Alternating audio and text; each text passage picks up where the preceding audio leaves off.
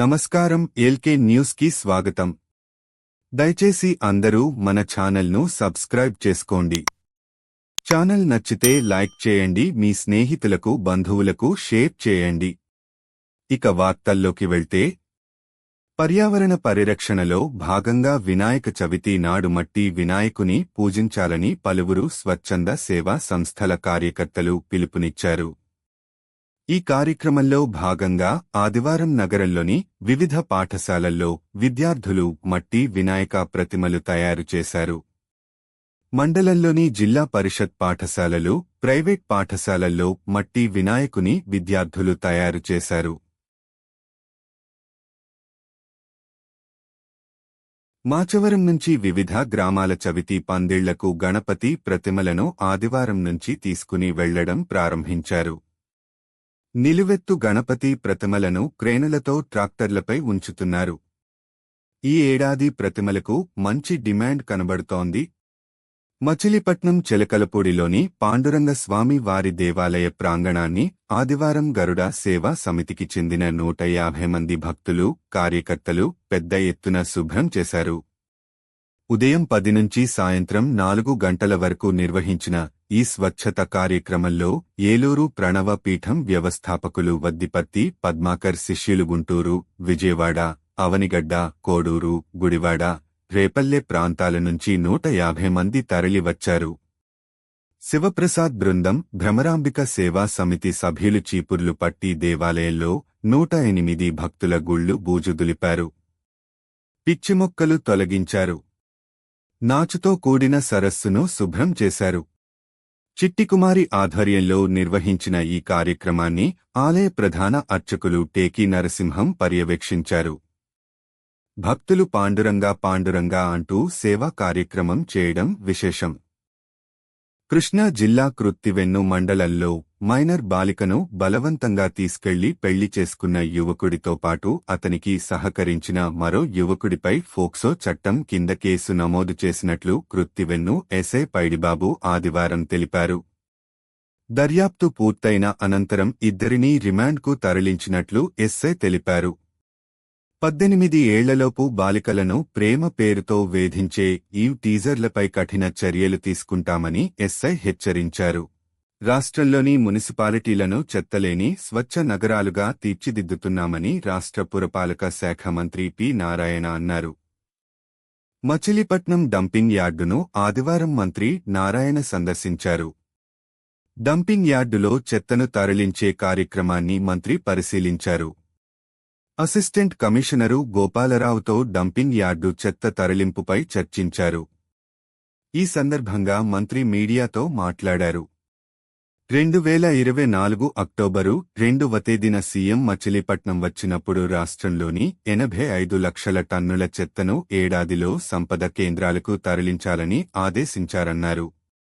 ఈ ఆదేశాల మేరకు ఇప్పటికీ 72 లక్షల టన్నుల చెత్తను సంపద కేంద్రాలకు తరలించామని, ఇంకా 13 లక్షల టన్నుల చెత్త మిగిలి ఉందని, ఈ చెత్తను 40 రోజుల్లో తరలించేందుకు ఏర్పాట్లు చేశామన్నారు.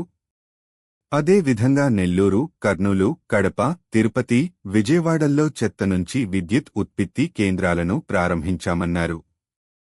గుంటూరు కేంద్రాన్ని మరింత అభివృద్ధి చేస్తున్నామన్నారు. మచిలీపట్నంలో రోజుకు 84 టన్నుల చెత్త వస్తుందని, ఈ చెత్తను గుంటూరు కేంద్రానికి తరలిస్తున్నారన్నారు. పూర్తి స్థాయిలో మచిలీపట్నంలోని చెత్తను తరలించేందుకు అదనంగా 2 కాంపాక్ట్లు అందించామన్నారు. ఈ కార్యక్రమంలో టీడీపీ సీనియర్ నాయకుడు గొర్రెపాటి గోపీచంద్, మచిలీపట్నం నగర టీడీపీ అధ్యక్షుడు లోగిశెట్టి వెంకటస్వామి, కార్యదర్శి బచ్చుల అనిల్ కుమార్, టీడీపీ నాయకులు అక్కుమహంతి రాజా, కట్ట Anjibabu, assistant commissioner A V Gopalarao, municipal officer S Venkatesh తదితరులు పాల్గొన్నారు. ఈ నేపథ్యంలో ఈరోజు యాక్చువల్గా నేను మచిలీపట్నం ఈ యొక్క లెగసీ ఎక్కడైతే క్లీన్ చేస్తున్నాడు వచ్చాను చూడటానికి, ఇన్స్పెక్ట్ చేయడానికి. అయితే ఇక్కడ మొత్తం తీసుకుంటే 42,000 మొత్తం లెగసీ ఉండింది. ఆ 42,000లో ఇంతవరకు యాక్చువల్గా 19,000 పూర్తి చేశారు. మరొక 23,000 యాక్చువల్గా పూర్తి చేయాల్సింది. రోజు వాళ్ళకి ఒక 500 చేయగలిగిన కెపాసిటీ ఉంది. వాళ్ళు ఇప్పుడే చెప్పారు మరొక మిషన్ కూడా తీసుకొస్తున్నామని. ఈ విధంగా గత ప్రభుత్వం 10 లక్షల కోట్ల అప్పు ఈ ప్రభుత్వానికి ఇచ్చిపోవటమే కాకుండా 85 లక్షల చెత్త కూడా ఇచ్చింది. చెత్త ప్రభుత్వం చెత్త రక్తదానాన్ని పన్నేసింది. మించిన ప్రజల దానం మీద మరొకటి లేదని మున్సిపల్ మాజీ చైర్మన్ మోటమర్రి బాబాప్రసాద్ అన్నారు. శనివారం బ్రహ్మకుమారి ఈశ్వరీయ విశ్వవిద్యాలయంలో జరిగిన రక్తదాన శిబిరాన్ని బాబాప్రసాద్ పాల్గొని ప్రసంగించారు. మానవసేవే మాధవసేవగా భావిస్తూ రక్తదానం చేయడం హర్షణీయమన్నారు. ఈ కార్యక్రమంలో DK Bharathi, Kavitha, red cross జిల్లా secretary Bhaviri Shankaranath, state organising member Ramesh, జిల్లా కోశాధికారి రామా బాలాజీ తదితరులు పాల్గొన్నారు. తెలుగువారి ఆత్మగౌరవాన్ని కాపాడేందుకు, ప్రజాస్వామ్యబద్ధంగా పాలన సాగించేందుకు సిద్ధాంతపరంగా తెలుగుదేశం పార్టీని అప్పట్లో ఎన్టీ రామారావు స్థాపించారని, తెలుగువారు ఉన్నంత కాలం తెలుగుదేశం పార్టీ ప్రజలకు సేవలందిస్తుంటుందని గనులు, భూగర్భ వనరులు, ఎక్సైజ్ శాఖ మంత్రి కొల్లు రవీంద్ర అన్నారు. మచిలీపట్నం మన కన్వెన్షన్ హాలులో ఆదివారం టీడీపీ కృష్ణా జిల్లా నూతన కమిటీల నియామకం కోసం పార్లమెంటు స్థాయిలో పార్టీ సర్వసభ్య సమావేశం జరిగింది. ఈ సమావేశంలో ఎమ్మెల్యేలు, నియోజకవర్గ, మండల క్లస్టర్ నాయకులు పాల్గొన్నారు. ఈ సమావేశంలో మంత్రి కొల్లు రవీంద్ర మాట్లాడారు. పార్టీ కోసం అంకితభావంతో కష్టపడి పనిచేసే వారిని చంద్రబాబు గుర్తించి పదవులు ఇస్తారన్నారు. గ్రామ స్థాయిలో పార్టీని బలోపేతం చేసే లక్ష్యంతో కమిటీలను నియమించారని, దీనివల్ల ప్రభుత్వ సంక్షేమ పథకాలు అందించడంతో పాటు ప్రజల వద్దకు పార్టీ కార్యక్రమాలు తీసుకుని వెళ్లేందుకు వీలవుతుందన్నారు. రానున్న స్థానిక సంస్థల ఎన్నికలను దృష్టిలో ఉంచుకుని సమర్థవంతమైన కమిటీలను ఎన్నుకోవాలన్నారు. క్షేత్రస్థాయిలో కార్యకర్తలు, నాయకుల అభిప్రాయాలను స్వీకరించి ప్రజాస్వామ్యబద్ధంగా జిల్లా టీడీపీ అధ్యక్షుడి ఎన్నిక జరుగుతుందన్నారు. మాజీ మంత్రి కాల్వ శ్రీనివాసులు మాట్లాడుతూ పార్టీ నాయకుల్లో 30% యువతకు ప్రాధాన్యత కల్పించాలన్నారు. అన్ని సామాజిక వర్గాలకు సమతుల్యత ఇవ్వాలన్నారు. 7 నియోజకవర్గాల నుంచి అధ్యక్షుడితో పాటు ఉపాధ్యక్షులు, అధికార ప్రతినిధులు ఎన్నుకోవాల్సి ఉంటుందన్నారు. Urban finance and infrastructure chairman MLC Pila Govindu Satyanarayana మాట్లాడుతూ సూపర్ 6 పథకాలు ప్రజల వద్దకు సూపర్గా వెళ్లాయన్నారు. మారిటోరియం బోర్డు చైర్మన్ దామెర్ల సత్య మాట్లాడుతూ రాగద్వేషాలు, కుల మతాలకు అతీతంగా పార్టీ ఎన్నికలు జరుగుతాయన్నారు. సీనియర్ నాయకుడు కంభంపాటి రామ్మోహనరావు మాట్లాడుతూ రానున్న స్థానిక ఎన్నికలకు ఇప్పటి నుంచే కృషి చేయాలన్నారు.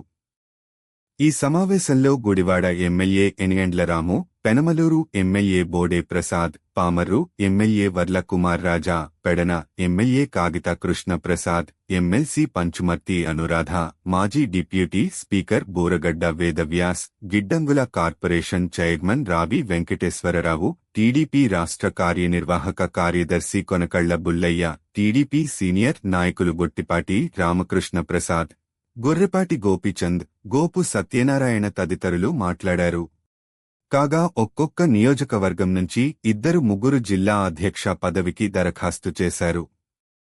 మచిలీపట్నం నియోజకవర్గం నుంచి సీనియర్ నాయకులు గొర్రెపాటి గోపీచంద్, లంకే శేషగిరిరావు, పల్లపాటి సుబ్రహ్మణ్యేలు జిల్లా అధ్యక్ష పదవికి దరఖాస్తులు అందించారు. అదే విధంగా పామర్రు, గుడివాడ, గన్నవరం, పెనమలూరు, అవనిగడ్డ, పెడన నియోజకవర్గాల నుంచి అధ్యక్ష పదవిని ఆశించిన వారు తమ దరఖాస్తులను సీల్డ్ కవర్లో పరిశీలకులకు అందజేశారు. కాగా మాజీ డిప్యూటీ స్పీకర్ బూరగడ్డ వేదవ్యాస్ పేరును పెడన నియోజకవర్గంలోని టీడీపీ నాయకులు కొందరు పరిశీలకులకు అందజేశారు. ఇలా 15 దరఖాస్తులను పరిశీలకులకు వివిధ నియోజకవర్గాల నాయకులు అందజేశారు. ఈ సందర్భంగా విస్తృత సర్వసభ్య సమావేశంలో తుది నిర్ణయం టీడీపీ జాతీయ అధ్యక్షుడు చంద్రబాబు నాయుడు తీసుకుంటారని, దరఖాస్తులను చంద్రబాబు ముందు ఉంచుతామని చెప్పారు. కేంద్ర రాష్ట్ర ప్రభుత్వాల ఉత్తర్వుల మేరకు ఫిట్ ఇండియాలో భాగంగా కృష్ణా జిల్లా పోలీస్ శాఖ ఆధ్వర్యంలో ఆదివారం ఉదయం సండే ఆన్ సైకిల్ కార్యక్రమాన్ని జిల్లా ఎస్పీ ఆర్ గంగాధరరావు ప్రారంభించారు. జిల్లా పోలీస్ కార్యాలయం వద్ద ఎస్పీ జెండా ఊపి ప్రారంభించారు. ఈ సైక్లింగ్ కార్యక్రమం జిల్లా పోలీస్ కార్యాలయం నుండి లక్ష్మీ టాకీస్ సెంటర్ మీదుగా housing board colony, Koneru centre, Revathi centre, bus stand centre, Lakshmi talkies centre మీదుగా తిరిగి జిల్లా పోలీస్ కార్యాలయం వద్ద ముగిసింది. ఈ సందర్భంగా ఎస్పీ మాట్లాడుతూ పోలీసులు, ప్రజలు వారి దినచర్యలో వ్యాయామం ఒక భాగంగా మార్చుకుని పరిపూర్ణ ఆరోగ్యవంతులుగా ఉండాలన్నారు. సైక్లింగ్ ద్వారా శరీరం ఆరోగ్యంగా ఉండటమే కాకుండా ఒత్తిడి తగ్గుతుంది. సిబ్బంది ఆరోగ్యంగా ఉంటేనే ప్రజలకు మరింత మెరుగైన సేవలను అందించగలరన్నారు. ఈ కార్యక్రమంలో AR additional SP Satyanarayana, Bandaru DSP CH Raja, పట్టణ ఇన్స్పెక్టర్లు, రిజర్వ్ ఇన్స్పెక్టర్లు, ఇతర పోలీసు అధికారులు, సిబ్బంది పెద్ద సంఖ్యలో పాల్గొన్నారు.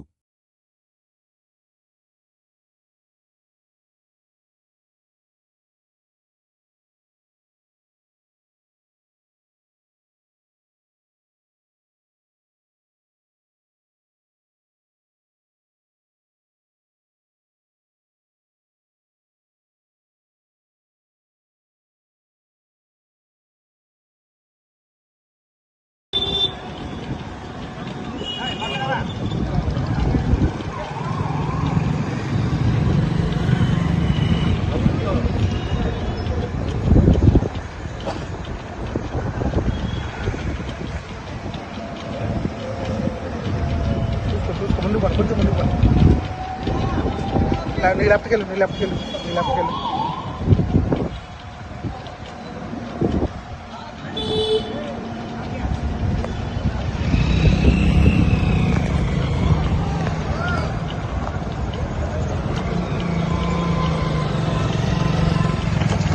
విద్యార్థి దశ నుండి ఆరోగ్యంగా ఉండాలి.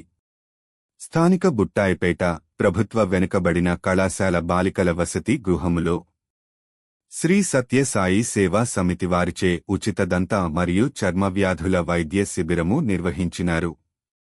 ఈ సందర్భంగా సమితి కన్వీనర్ పోత్కుచి ఆంజనేయ కుమార్ మాట్లాడుతూ, శ్రీ సత్య సాయి బాబావారి 100వ జన్మదినోత్సవాన్ని పురస్కరించుకుని నిర్వహిస్తున్న సేవా కార్యక్రమాల్లో భాగంగా ఈ ఉచిత వైద్య సేవా శిబిరాలు నిర్వహిస్తున్నట్లు తెలియజేశారు. విద్యార్థి దశ నుండి పిల్లలు ఆరోగ్యంగా ఉండాలని, ముఖ్యంగా ప్రభుత్వ వసతి గృహాల్లో ఉండేటటువంటి వారు ఆరోగ్యం పట్ల అవగాహన, జాగ్రత్తలు తీసుకోవాలని తెలియజేశారు. ప్రముఖ దంత వైద్య నిపుణులు డాక్టర్ రావి శ్రీనివాసరావు మాట్లాడుతూ, దంతములు తీసుకోవలసిన జాగ్రత్తలు గూర్చి పిల్లలకు అర్థమవు రీతిలో వివరించారు. ప్రముఖ చర్మవ్యాధి నిపుణులు డాక్టర్ కె ఫణికుమార్ మాట్లాడుతూ, ప్రభుత్వ వసతి గృహంలో ఉండేటటువంటి పిల్లల్లో 100కి 90 మందికి చర్మవ్యాధులు ఉంటాయని, ముఖ్యంగా ఫంగస్, గజ్జి తామర లాంటివి వస్తాయని, వాటిని జాగ్రత్తగా చూసుకున్నట్లయితే అది వారి వరకే పరిమితం అవుతుందని, లేనియెడల అందరికీ వచ్చే ప్రమాదం ఉందని తెలియజేసినారు. కృష్ణా జిల్లా సత్యసాయి సేవా సంస్థల జిల్లా అధ్యక్షులు కొమరగిరి చంద్రశేఖర్ సూచనల మేరకు జిల్లా వైద్య సమన్వయకర్త డాక్టర్ సాయి ప్రసాద్ ఆధ్వర్యంలో ఈ కార్యక్రమాన్ని నిర్వహిస్తున్నట్లు మెడికల్ ఇన్ఛార్జ్ గోవర్ధన గిరిరాజు తెలియజేశారు. ఈ కార్యక్రమంలో doctor Usha, doctor Leelarani, doctor Kiran, doctor Ravi Ajitha, doctor Sudharani, doctor S Monika, doctor Prem Sai పాల్గొని వసతి గృహంలోని 80 మంది విద్యార్థినులకు ఆరోగ్యము పట్ల అవగాహన కలిగించినారు. ఈ కార్యక్రమంలో మెడికల్ సేవాదళ సభ్యులు పోత్కుచి వరప్రసాద్, కూరాళ్ల అనిల్, కృష్ణ, హనుమంతరావు, నాగమణి, పోత్కుచి నాగమణి, సిహెచ్ ప్రమీల, ఎస్ నాగమణిలతో పాటు హాస్టల్ వార్డెన్ టి అనిత కుమారి ఈ కార్యక్రమంలో పాల్గొన్నారు. ఈ వార్తలు ఇంతటితో సమాప్తం.